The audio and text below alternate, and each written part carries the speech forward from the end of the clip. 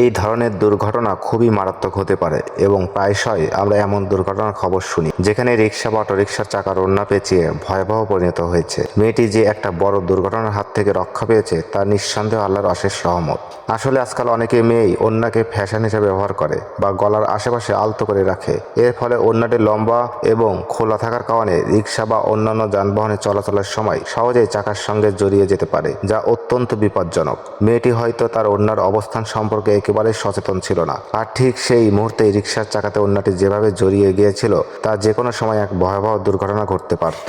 মেয়েটি যে ভয়াবহ পরিণতির সম্মুখীন হতে পারত তার থেকে আল্লাহ তাকে রক্ষা করেছেন। ওড়না পেঁচিয়ে দুর্ঘটনাগুলোর ভয়াবহতা যখন আমরা শুনি তখন এই ঘটনা থেকে বেঁচে যাওয়াটা আসলে এক বিরাট সৌভাগ্যের ব্যাপার। আল্লাহ তাকে বাঁচিয়েছেন, এটি সত্য। এই ঘটনা আমাদের সকলকে আরও একবার মনে করিয়ে দেয় যে যাতায়াতের সময় পোশাকের ব্যাপারটা কতটা সতর্ক থাকা প্রয়োজন।